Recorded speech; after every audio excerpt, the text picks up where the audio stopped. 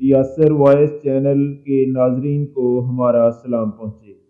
ناظرین، جس سلطنت عثمانیہ کی بنیاد ارطغرل اور عثمان جیسے بہادروں نے رکھی تھی، بعد میں اس سلطنت کے عروج کے وقت ایسے گھٹیا رسوم و رواج بھی وضع کیے گئے جن کو دیکھ کر انسانیت شرما جائے، اور انہی عیاشیوں، لالچ اور خود غرضی نے ترکوں سے 600 سال کا عروج چھینا۔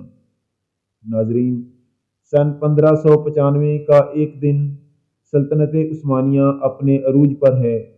یہ وہ دن ہے جب اس وقت کی سپر پاور کا اقتدار سلطان مراد سوم کے انتقال پر ان کے بیٹے محمد کو مل چکا ہے، جو اب محمد سوم سلطنت کے سلطان ہیں۔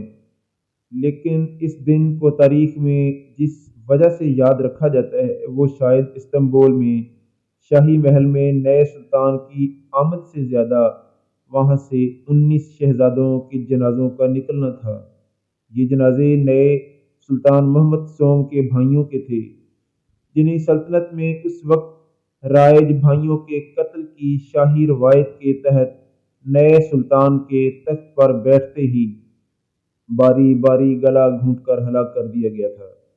سلطنت عثمانیہ کی تاریخ پر مبنی کتاب لارڈز آف دی ہورائزنز، مشرق اور مغرب کے آقا، میں مصنف جیسن گڈون نے تاریخ کے مختلف ذرائع کے حوالے سے شہزادوں کی ہلاکت کی رودات بیان کرتے ہوئے لکھا ہے کہ شہزادوں کو ایک ایک کر کے سلطان کے سامنے لایا گیا۔ ان میں سے عمر میں سب سے بڑے شہزادے نے، جو خوبصورت اور صحت مند جسامت کا مالک تھا، التجا کی کہ میرے آقا، میرے بھائی، جو اب میرے والد کی جگہ ہو، میری زندگی اس طرح مت ختم کرو۔ غم سے نڈھال سلطان نے اپنی داڑھی نوچ لی، لیکن جواب میں ایک لفظ نہ بولا۔ اس دن سلطنت عثمانیہ کی گلیوں میں جاتے ہوئے یہ جنازے دیکھ کر استنبول کے شہریوں کے دل ہل گئے تھے۔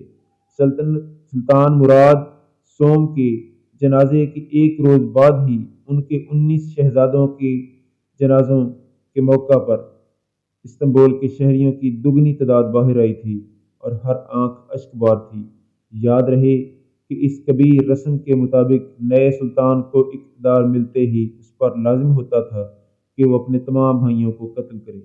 ناظرین، اگر آپ کو یہ ویڈیو اچھی لگی ہو تو کمنٹ باکس میں ایک کمنٹ لازمی کریں، اور ہاں، ویڈیو کو لائک اور چینل کو سبسکرائب کریں۔